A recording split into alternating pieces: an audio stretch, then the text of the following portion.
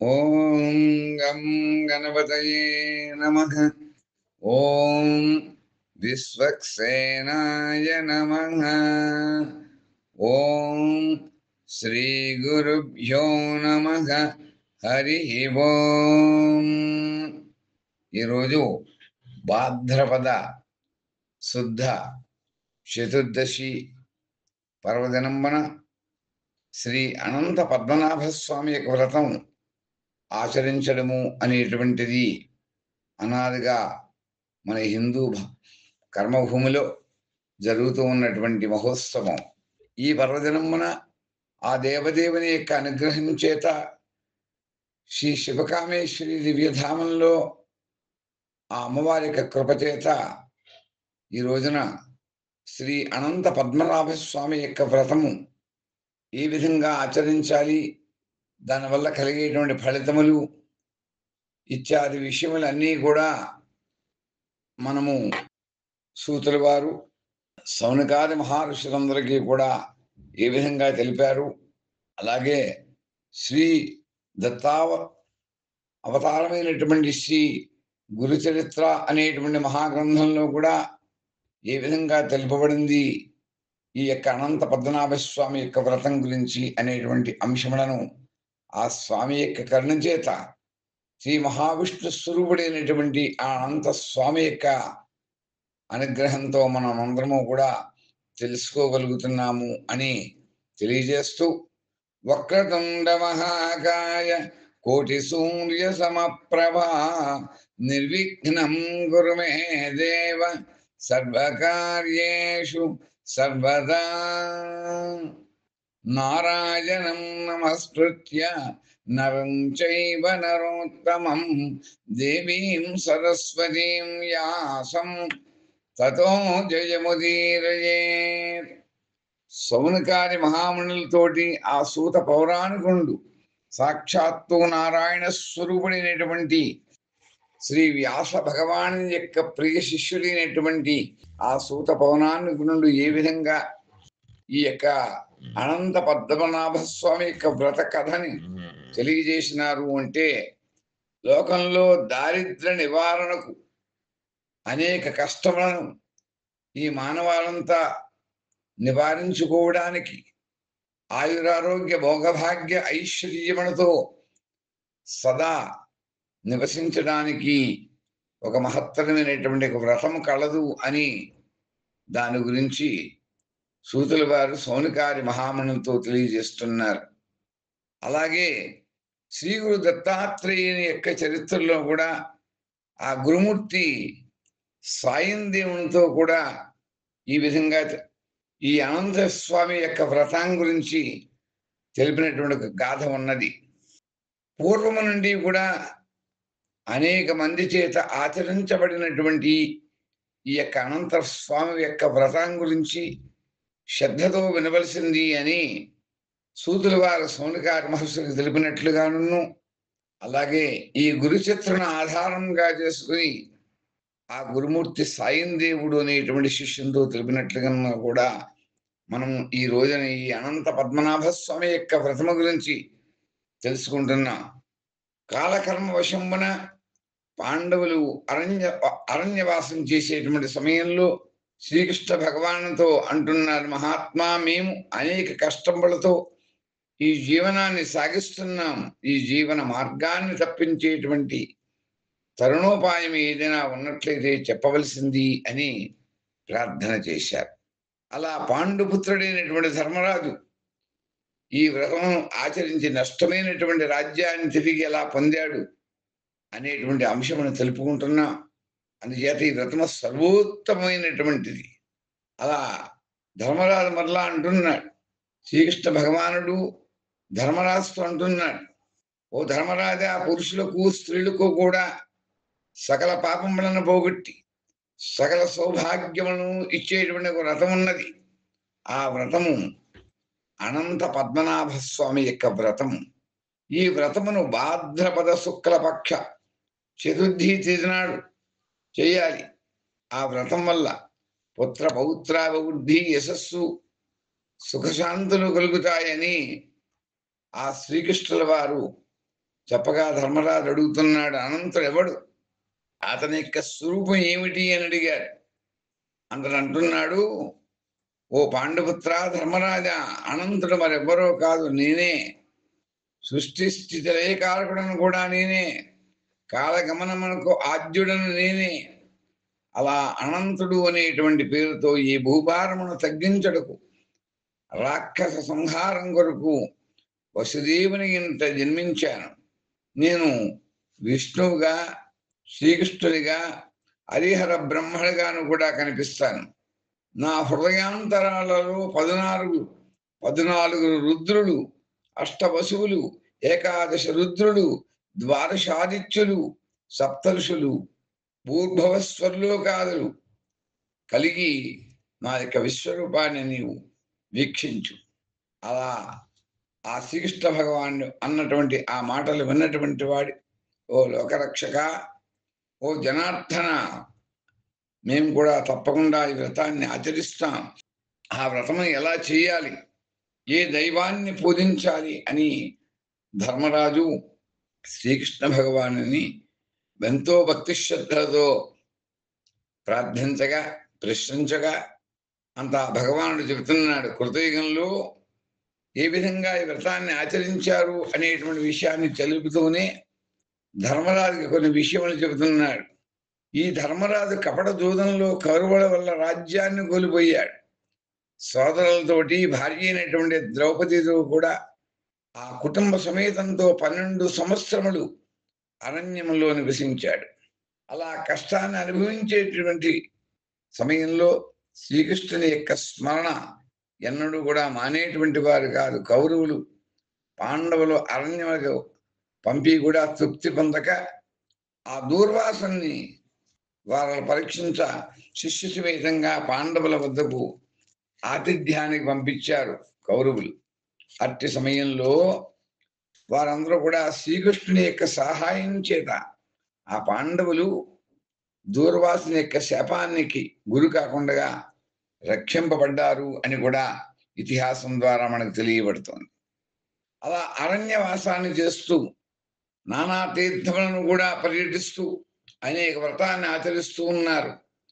ఎంతో కష్టాన్ని అనుభవిస్తుండగా ఆ శ్రీకృష్ణుడు తన భక్తుల కష్టములను గ్రహించి భక్త వత్సలుడు కాబట్టి ఒక రోజున పాండవులు ఎక్కడైతే ఉన్నారో అక్కడికే వచ్చాడు.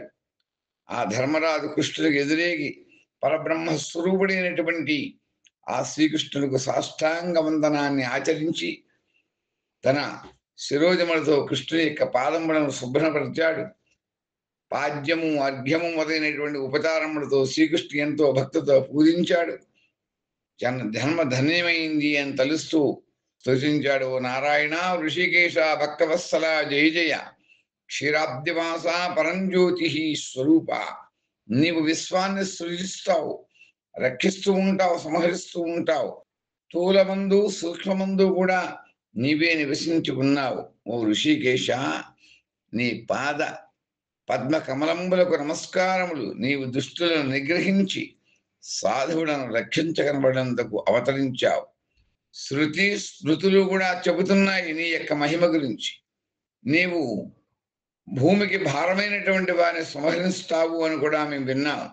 అలా అయినట్లయితే మేము ఈ భూమికి భారమైతిమి, మమ్మల్ని ఎందుకు సంహరించట్లేదు? నీవు పాండవులు నా ప్రాణ సమానములు అనుకుంటున్నావా?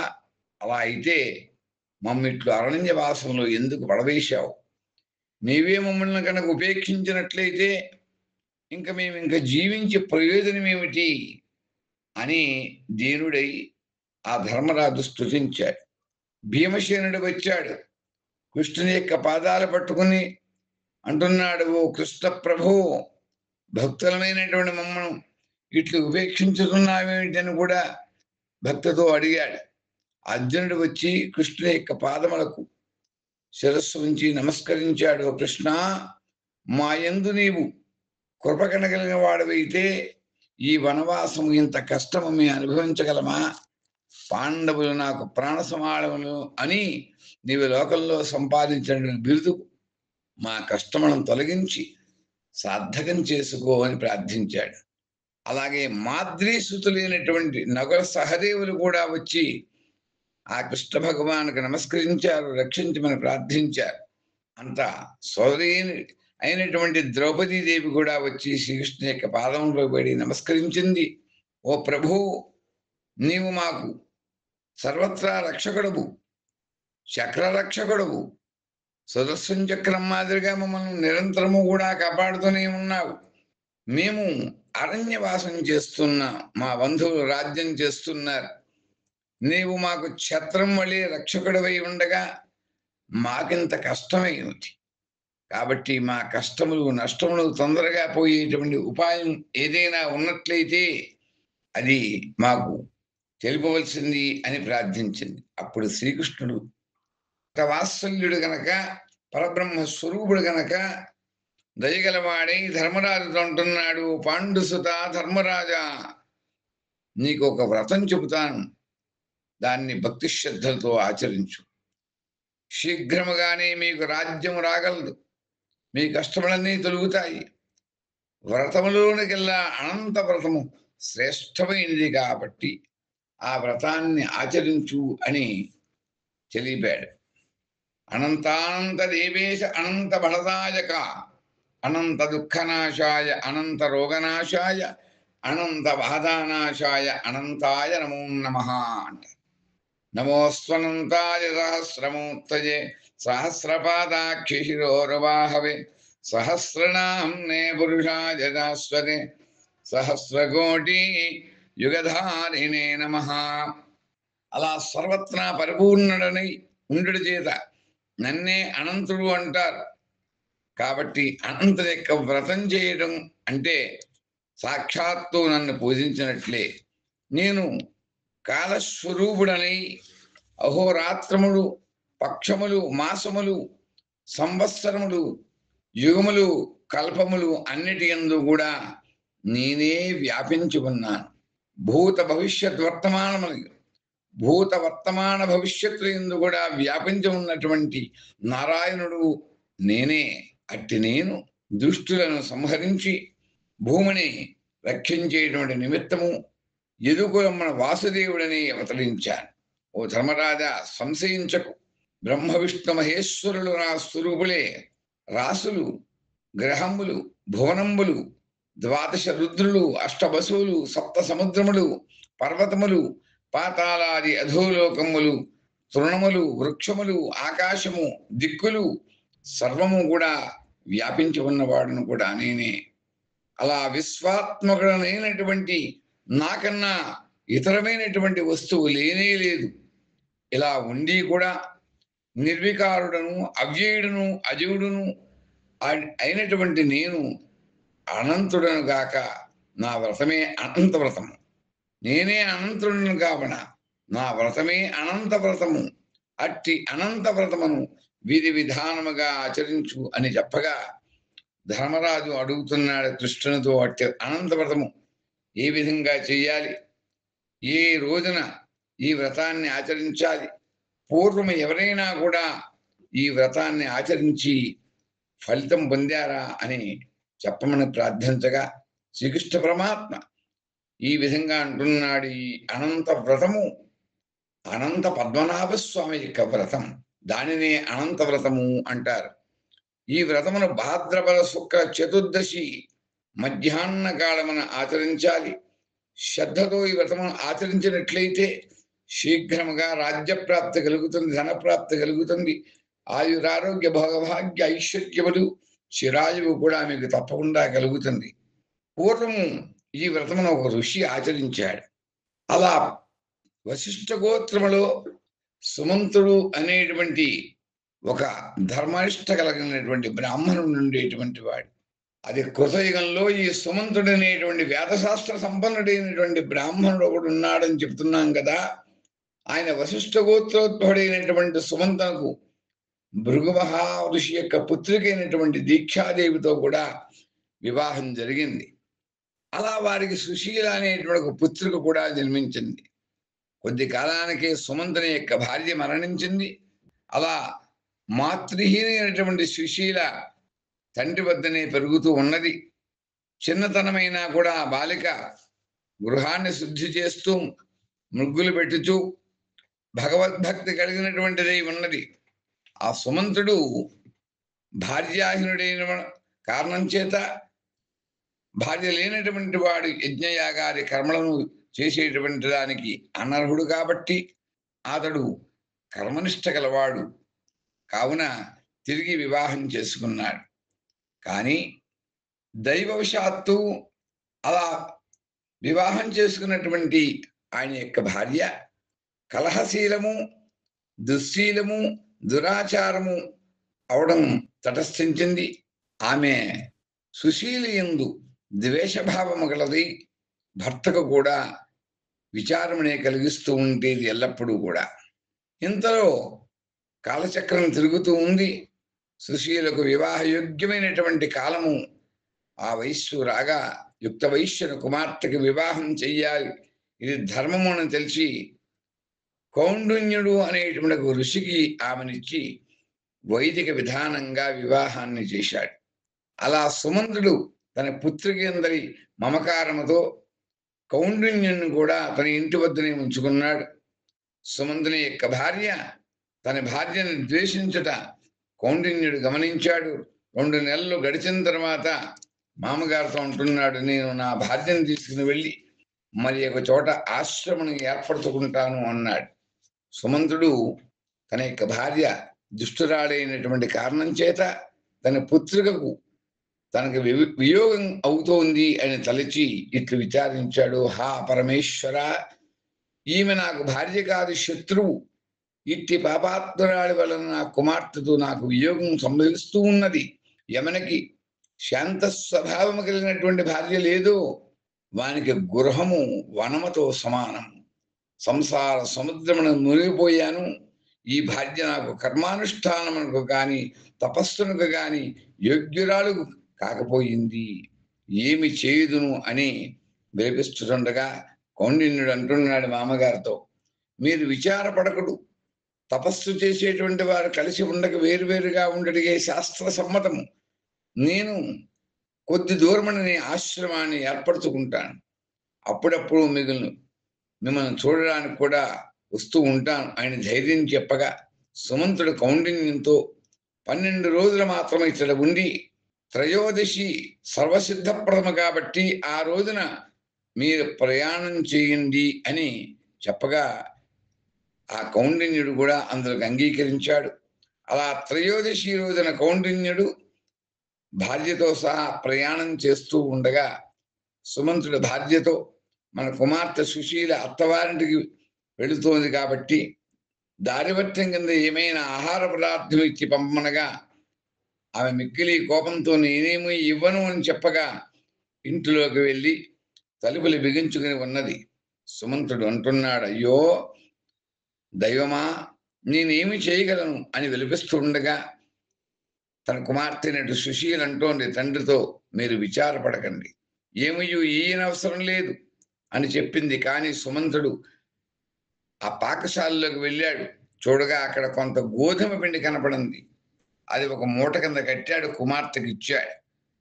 అంత సుశీలు కూడా కౌండిన్యుడు ఒక బండి మీద కూర్చుని మామగారి యొక్క ఆశీర్వచనం తీసుకుని ఆజ్ఞను తీసుకుని ప్రయాణాన్ని ప్రారంభించారు. అలా వారు మధ్యాహ్న సమయంలో ఒక నదీ తీరమునకు చేరారు. కౌండిన్యుడు అక్కడ ఆ శకటం అనగా బండిని ఆపి నదియందు స్నానాన్ని చేసి అనుష్ఠానం చేయడానికి ప్రారంభించాడు. సుశీలు కూడా నది ఒడ్డున కొంతమంది స్త్రీలు దీక్షావస్త్రములు ధరించి భక్తితో వేరువేరుగా కలశస్థాపనము చేసి పూజలు చేస్తూ ఉండగా చూచి వారిని సమీపించి అడుగుతోంది, అమ్మలారా, మీరు ఏం వ్రతం ఆచరిస్తూ ఉన్నారు అని ప్రశ్నించగా వారు సుశీలుతో ఈ విధంగా అంటున్నారు, మేము మాకున్నటువంటి కష్ట నష్టములు పోవడం కోసం, భోగభాగ్య సౌఖ్యముల కోసం, దారిద్ర దుఃఖములు తీరడం కోసం, సర్వ అభీష్టమును ప్రసాదించేటువంటి అనంత పద్మనాభ స్వామి యొక్క వ్రతం ఆచరిస్తూ ఉన్నాం. దానినే అనంత వ్రతము కూడా అని పిలుస్తూ ఉంటారని చెప్పగా అంత సుశీల ఆ వ్రతాన్ని ఏ విధంగా చేయాలో చెప్పండి అని వారు అడిగింది. అంత వారి విధంగా చెబుతున్నారు. భాద్రపద మాసమందు శుద్ధ పక్షంలో అంటే శుక్లపక్షంలో చతుర్దశి చేసినాడు ఈ విధంగా అనంత వ్రతాన్ని ఆచరించాలి.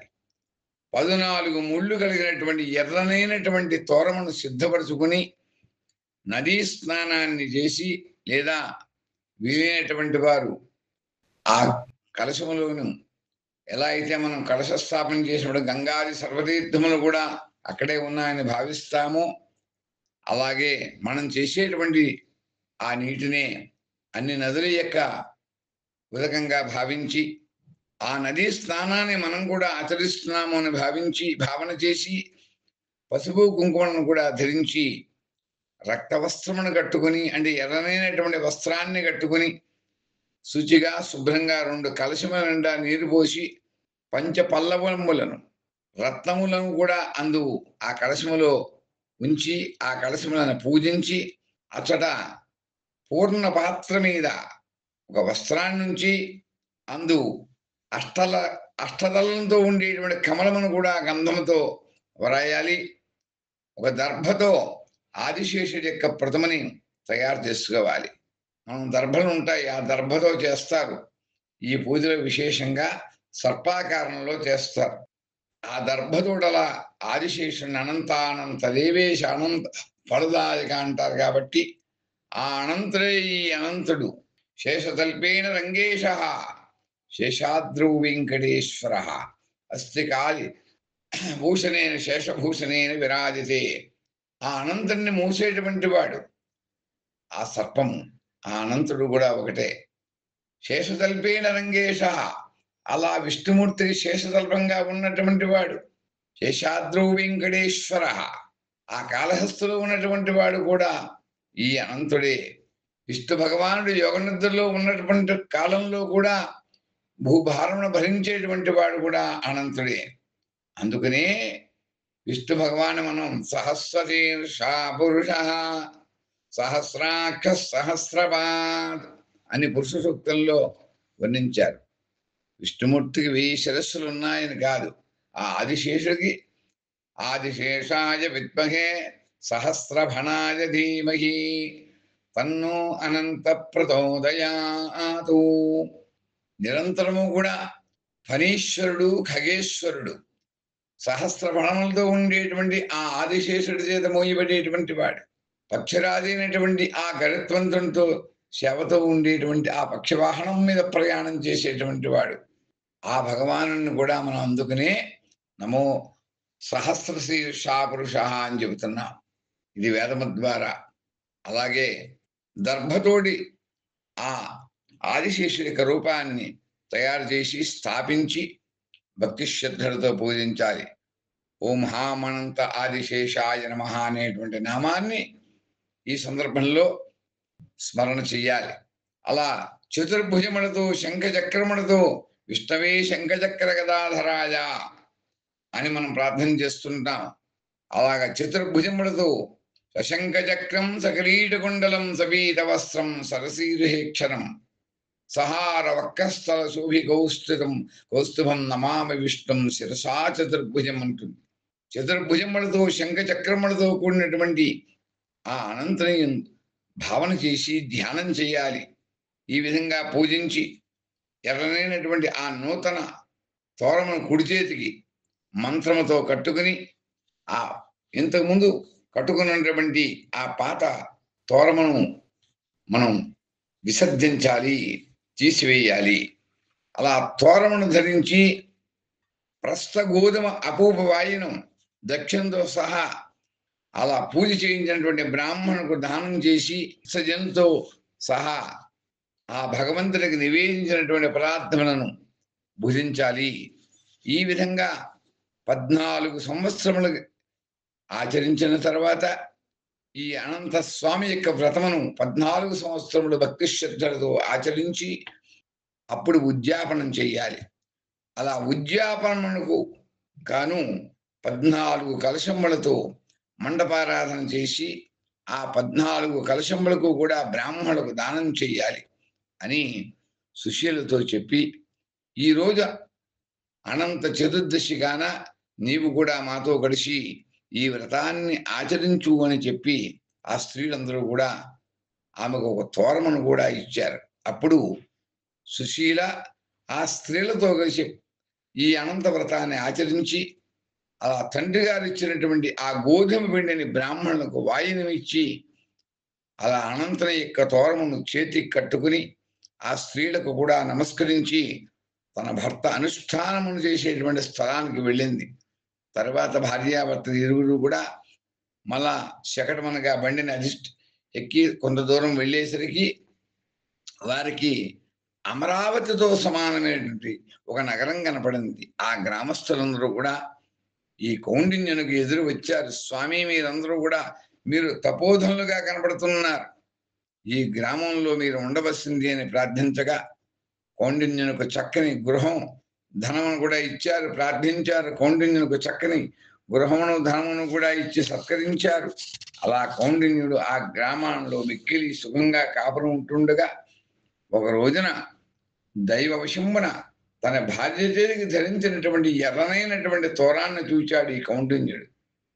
ఆమెను అడుగుతున్నాడు, నీవు నన్ను వశం చేసుకోవడం కోసం ఇటువంటి ఎర్రని ఒక సూత్రాన్ని కట్టుకున్నావా అని ఎంతో బిగ్గరగా ఆమె ఆక్షేపణగా ప్రశ్నించాడు. అప్పుడు ఆమె వినయముతో, ఇది అనంత పద్మనాభ స్వామి యొక్క అనంత వ్రతం చేసినప్పుడు ధరించినటువంటి తోరమని, దాని యొక్క మహిమ చేతని మనకి అంతటి సంపద లభించింది అని చెప్పగా కౌండిన్యుడు కోపంతో మండిపడ్డాడు.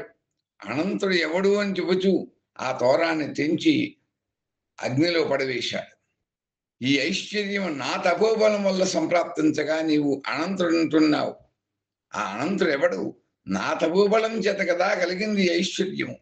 నన్ను వశపరచుకోవడానికి ఈ తోరాన్ని ధరించావు.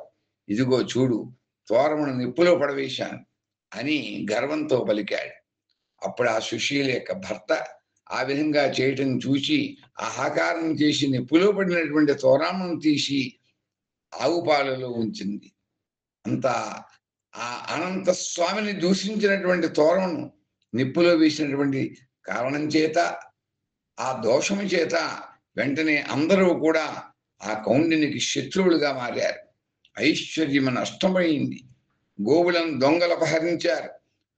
గృహమంతా దగ్ధమైపోయింది.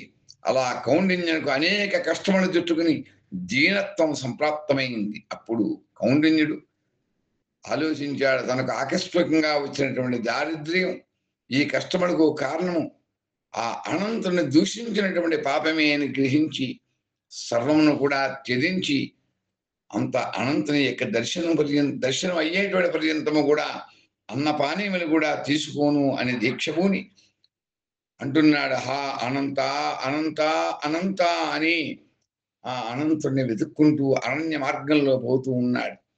ఆ అరణ్యంలో పుష్పించినటువంటి ఫలించినటువంటి ఒక మామిడి చెట్టును చూశాడు. ఆ వృక్షముల యొక్క ఫలములు ఉన్నాయి, కానీ ఏ ఒక్క పక్షి కానీ కీటము కానీ ఆ ఫలమును ముట్టుకోకుండా ఉండడం చూచాడు. ఆశ్చర్యపడి ఆ వృక్షంతో, నీకు అనంతుడనేవాడు తెలియనా, చూచావా అని అడిగాడు. ఆ వృక్షము, నాకు అనంతుడు తెలియదు.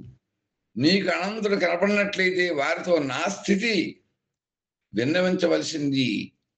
తిరిగి ఆ కౌండిన్యుడు కొంత దూరం వెళ్ళాడు. అలా అతడు ఒక ఆవును దూడతో సహా నిండు గడ్డితో కూడినటువంటి పొలంలో ఉండడం చూశాడు. ఆ గోవు గడ్డిలో ఉంది, కానీ గడ్డిని మాత్రం తినకుండా చాలా బక్క చిక్కి కృషించడం చూసి ఆశ్చర్యపోయి, నీకు అనంతుడు తెలుసా అని ఆ గోమాతను అడిగాడు.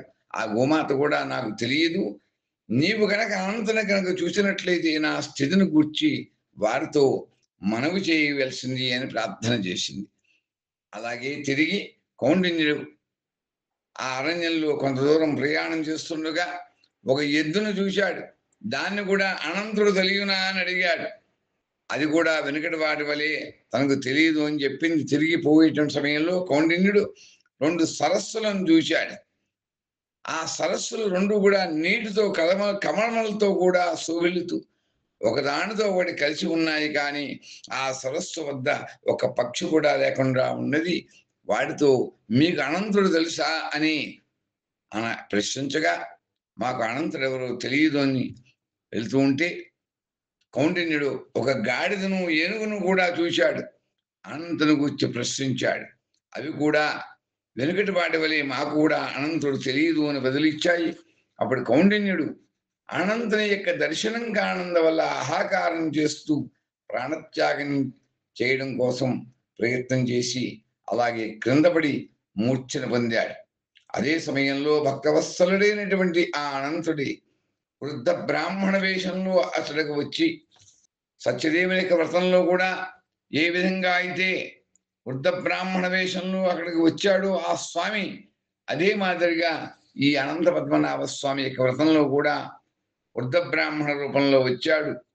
అడుగుతున్నాడు, ఓ బ్రాహ్మణుడా లే, అనంత అనంత అని అరుస్తూ ఉన్నావు, లెమ్ము, అనంతుని నేను నీకు చూపిస్తాను అని చెప్పి చెయ్యి పట్టుకుని అరణ్యంలో కొంత దూరం పోగా అతడు ఒక గొప్ప నగరం కనపడింది. అందులో ఒక భవనంలో ఒక బ్రాహ్మణ్ణి తీసుకుపోయి అతడు ఉన్నటువంటి రత్నసింహాసనమున ఆ వృద్ధ బ్రాహ్మణ రూపంలో ఉన్నటువంటి ఆ అనంత పద్మనాభ స్వామి వారు కూర్చుని అనంత రూపంతో దర్శనమిచ్చారు. కౌండిన్యుడు భగవంతుడి యొక్క అద్భుత రూపాన్ని దర్శించి వారి యొక్క పాదముల మీద పడి బద్ధాంజలి అయి వినయంతో ఈ విధంగా స్తోత్రం చేస్తున్నాడు. ఓ సచ్చిదానంద స్వరూప గోవింద శ్రీవత్సాంకిత, నీకు నమస్కారం. మీ దర్శన మాత్రము చేత నా పాపము నా దుఃఖము అంతా కూడా నశించాయి. మీరు త్రిమూర్త్యాత్మకులు, మిమ్ము శరణ పొందుచున్నాను. ఓ నారాయణ, శ్రీనివాస, జగద్వ్యాపక, ఓ వైకుంఠవాస, నిన్ను సర్వస్య శరణాగతి పొందుచున్నానయ్యా. అనంత బ్రహ్మాండ నాయక, నేను మహాపాపిని. భక్తరహితుడైనటువంటి నా యొక్క అపరాధమును క్షమించి రక్షించవలసింది మీకు నేను శరణ కోరుతున్నాను. మీరు శరణాగత రక్షకులు, ఆపద్బాంధవులు, అనాథ రక్షకులు. మీరే గతి అని నేను మిమ్మల్ని నమ్మాను. మీరే శరణు కాబట్టి రక్షించండి అని ఎంతో భక్తితో ప్రార్థించగా భక్తులు చింతామణి అయినటువంటి ఆ భక్తులకే చింతామణి స్వరూపుడైనటువంటి అనంతుడు ప్రసన్నుడై కౌండిన్యునికి దారిద్ర్య నాశనం, ధర్మ సమృద్ధి, శాశ్వత వైకుంఠం అనేటువంటి 3 వరాల్ని ప్రసాదించాడు. అప్పుడు కౌండిన్యుడు అనంతంతో అంటున్నాడు, ఓ ప్రభు, మేము వెతుకుతూ వస్తూ ఉండగా ఒక మామిడి చెట్టు, ఒక గోవు, ఒక ఎద్దు, 2 కొడలు, గాడిద, ఏనుగు, వీటన్నింటిని కూడా నేను చూశాను. మేము గూర్చి అడగగా మాకు తెలియవు అని చెప్పాయి. అవి ఏమిటో దయతో చెప్పవలసింది అని ప్రార్థన చేయగా ఆ వృద్ధ బ్రాహ్మణుడు కనపడి నేను ప్రాణత్యాగం చేసుకోవటువంటి సమయంలో ఒక వృద్ధ బ్రాహ్మణ రూపంలో కనబడి నన్ను ఇతడు తీసుకుని వచ్చారు. ఓ మూఢుడా, ఏమో తెలియని వాడను కాబట్టి దయవుంచి వారెవరో సెలవివ్వండి అని ప్రార్థించగా ఆ అనంత స్వామి సాక్షాత్తు నారాయణుడు ఆనంద పద్మనాభ స్వామి కౌండిన్యంతో ఈ విధంగా అంటున్నాడు, ఓ కౌండిన్య వినుము. ఒక బ్రాహ్మణుడు వేద శాస్త్రములను కూడా పూర్తిగా చదివి కూడా విద్యాభిమానంతో ఎవ్వరికీ కూడా విద్యాదానం చేయలేదు. ఆ పాపం చేత అతడు మరణించి ఒక మామిడి చెట్టుగా జన్మించి వృక్షమై జన్మించాడు. పూర్వము విద్యాదానము చేయనటువంటి పాపము చేత ఆ వృక్షం యొక్క ఫలమును ఎవరినూ కూడా ముట్టుకుంటలేదు. ఫలించినటువంటి భూమిని దానం చేశాడు కాబట్టి పాపంపు చే ఒకడు గోవు జన్మను పొంది కూడా గడ్డి తినలేకుండా బాధపడుతూ ఉన్నాడు. ధనుకుడై ఉండి కూడా దాన ధర్మములు చేయనటువంటి పాపంపు చేత ఒకడు ఒక ఎద్దుగా జన్మించి బాధపడుతూ తిరుగుతూ ఉన్నాడు. అలాగే ఇద్దరు అక్క చెల్లెండ్రు పరస్పరము వారిలో వారే దానము చేసుకుంటున్నారు. అలా పరస్పరము వారే దానము చేసుకోవడం చేత జంట కొలనులై జన్మించారు. ఆ పాపం వలన ఆ ఉదకం ఉన్నది, ఉదకము కాని అందరి పుష్పములు కాని ఎవరికీ కూడా ఉపయోగపడకుండా ఆ సరస్సులో ఉండేటువంటి నీరు, ఆ పుష్పములు కూడా ఎవరు గ్రహించజాలకున్నారు. ఒకడు గొప్ప క్రోధము గలవాడి ఖరమై జన్మించాడు. ఒకడు మదముతో గర్వించి ఆ మద గర్వం చేత ఏనుగుగా జన్మను పొందాడు. ఇలా నీకు కలిగినటువంటి పశ్చాత్తాపములకు సంతసించి నేనే వృద్ధ బ్రాహ్మణుడి యొక్క స్వరూపుణ్ణి నీకు దర్శనమిచ్చానయ్యా కౌండిన్య. నీవు చూసినటువంటి వాటికన్నింటికి కూడా నీ అందరి దయతో నేను ముక్తిని నీకు ప్రసాదించాను. ఓ కౌండిన్య, నీవు నీ యొక్క శరీరాంతమ పునర్వసు నక్షత్రమునందు నీవు సదా నివసింతువుగాక అని శ్రీకృష్ణ భగవానుడు ధర్మరాజుతో అంటున్నాడు. ఓ ధర్మరాజా, ఈ విధమున కౌండిన్యుడు అనంతుని యొక్క వరాన్ని పొంది ఇహలోకమున అఖండ సౌఖ్యమును అనుభవించి ఈ అనంత పద్మనాభ స్వామి యొక్క వ్రత ప్రభావం వలన శాశ్వతమైనటువంటి స్వర్గస్థితిని పొందాడు. కాబట్టి నీవు కూడా ఈ వ్రతాన్ని ఆచరించు. నీ కష్టములు పోయి తొందరగా రాజ్యప్రాప్తి కలిగిన వాడవై ఆనందమును సుఖమును కూడా పొందుతావని చెప్పగా శ్రీకృష్ణ భగవానుడు ఆ విధంగా చెప్పగా ధర్మరాజు తన సోదరులతో కలిసి ఈ యొక్క అనంత వ్రతాన్ని ఆచరించి ఆ వ్రత ప్రభావం వలన శత్రువులను సంహరించి నష్టపడినటువంటి రాజ్యాన్ని తిరిగి పొందాడు. అలా ఎందరో మహర్షులు ఈ అనంత వ్రతాన్ని ఆచరించి ధన్యులయ్యారు. ఎవరు ఈ వ్రతాన్ని ఆచరిస్తారో వారు తప్పక చతుర్విధ పురుషార్థములను కూడా పొందుతారు. కాబట్టి ఈ యొక్క గురుచిత్రుల ద్వారా అలాగే మహాభారతంలో ఉండేటువంటి ఆ యొక్క కథల ద్వారా ఈ రోజున చతుర్దశి తిథి కాబట్టి భాద్రపద శుద్ధ చతుర్దశి తిథి రోజున కౌండిన్యచే ఆచరించబడినటువంటి ఈ అనంత వ్రతమును నీవు కూడా నీ కుమారుడైనటువంటి నాగనాథంతో చేయమని చెప్పి ఆ సాయం దేవునితో సాక్షాత్తు దత్తస్వరూపుడైనటువంటి శ్రీ నరసింహ సరస్వతి స్వామి వారు కూడా వారికి ప్రబోధం చేయడం జరిగింది. అంతేకాకుండా నీవు కూడా కౌండిన్య గోత్రంలో జన్మించావు కాబట్టి ఈ వ్రతమును తప్పకుండా ఆచరించవలసిందని చెప్పి ఆ గురుమూర్తి సాయం దేవునితో తెలిపినట్లుగా శ్రీ గురు దత్తాత్రేయ చరిత్రలో కూడా తెలుపబడింది. ధర్మరాజునకు మహాభారతంలో శ్రీకృష్ణ భగవానుడే స్వయంగా చెప్పి ఉన్నాడు. అందువలన అందరూ కూడా మనము జగద్గురు అయినటువంటి వసుదేవ సుతం దేవం కంస చానూరమర్దనం దేవకీ పరమానందం కృష్ణం వందే జగద్గురుం. ఆయన జగద్గురువు. అలాగే దత్తస్వరూపుడైనటువంటి ఆ గురుమూర్తి స్వరూపుడైనటువంటి శ్రీపాద శ్రీవల్లభ శ్రీ నరసింహ సరస్వతి స్వరూపుడు సాక్షాత్తు దత్తావతార స్వరూపుడైనటువంటి గురుమూర్తులు కాబట్టి ఆ గురుమూర్తులు చెప్పినట్లుగా గురువు యొక్క ఆజ్ఞను పొంది మనమందరము కూడా ఈ అనంత పద్మనాభ స్వామి వారిని పూజించి తోచిన విధంగా బ్రాహ్మణులకు యథాశక్తిగా సమారాధన అన్నదానము చేసి దక్షిణలు ఇచ్చి వారిని గౌరవించుకోవాలి.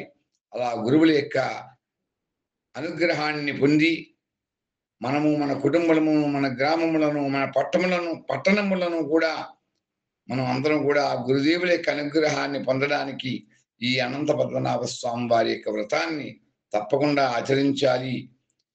అలా ఆచరించినటువంటి వారికి ఈ యొక్క కథను విన్నటువంటి వారికి శ్రవణం చేసినటువంటి వారికి మననం చేసినటువంటి వారికి ఈ యొక్క అనంత పద్మనాభ స్వామి వారి యొక్క అనుగ్రహం తప్పకుండా కలుగుతుంది. లక్ష్మీప్రదమైనటువంటి ఆయురారోగ్య భోగభాగ్య సౌఖ్యప్రదమైనటువంటి వంశాభివృద్ధిని కలిగజేసేటటువంటిది అనేకమైనటువంటి కష్ట నష్టములను తొలగించేటటువంటిది. అటువంటి ఉత్తమమైనటువంటి ఈ యొక్క వ్రతాన్ని తప్పకుండా ఆచరించండి. అందరూ కూడా స్వామి యొక్క అనుగ్రహాన్ని పొందండి. ఈ స్వామిని అనంతుడని అనంత పద్మనాభుడని పిలుస్తూ ఉంటారు. ఈ వ్రతమును ఆచరించలేనటువంటి వారు ఈ కథను విన్నా చదివినా ఆ ప్రసాదం కూడా తీసుకున్నా కూడా అటువంటి వారికి సత్యఫలం కలుగుతుంది అని చెప్పడంలో ఏమాత్రం సందేహం లేదు. అందుచేత ఎవరైతే ఈ వ్రతాన్ని ఆచరిస్తారో వారందరికీ కూడా ఆ స్వామి యొక్క కరుణ కలుగుతుంది. వారికి అలాగే అనంత స్వామి యొక్క కరుణ చేత అందరూ కూడా ఈ విశ్వము కూడా శాంతిప్రదంగా ఉండాలని మనం కోరుకుంటూ ఈ అనంతుల ద్వారా ఎవరెవరు అనుగ్రహాన్ని పొందారు అంటే సగరుడు, దిలీపుడు, భరతుడు, హరిశ్చంద్రుడు మొదలైనటువంటి రాజులు కూడా ఈ వ్రతాన్ని చేశారు. ఎంతో యశస్సుని పొందారు. స్వర్గప్రాప్తి కలిగింది వారికి. అందుచేత ఈ వ్రత కథను విన్నటువంటి వారు ఇహలోకంలో మానవుడిగా ఉన్నంత వరకు కూడా అష్టైశ్వర్యములతో సుగముగా ఉంటారు. అలాగే అంతిమ కాలంలో విష్ణు సాయుధ్యాన్ని పరమపదాన్ని పొంది విష్ణులోక ప్రాప్తి కలుగుతుంది అని ఈ భవిష్యోత్తర పురాణంలో ఉండేటువంటి ఈ అనంత పద్మనాభ స్వామి యొక్క వ్రతాన్ని ఆ స్వామి యొక్క కరుణతోటి మన అందరం కూడా తెలుసుకోగలిగాము అని తెలియజేస్తూ మంగళం భగవాన్ విష్ణు మంగళం మధుసూదన మంగళం పుండరీకాక్ష మంగళం గరుడధ్వజ నీలాచల నివాసాయ నిత్యాయ పరమాత్మనే శ్రీలక్ష్మీ ప్రాణనాథాయ జగన్నాథాయ మంగళం. నమో బ్రహ్మణ్యదేవాయ గోబ్రాహ్మణహితాయ చ జగద్ధితాయ కృష్ణాయ గోవిందాయ నమో నమః. ఓం స్వస్తి ఓం స్వస్తి ఓం స్వస్తి.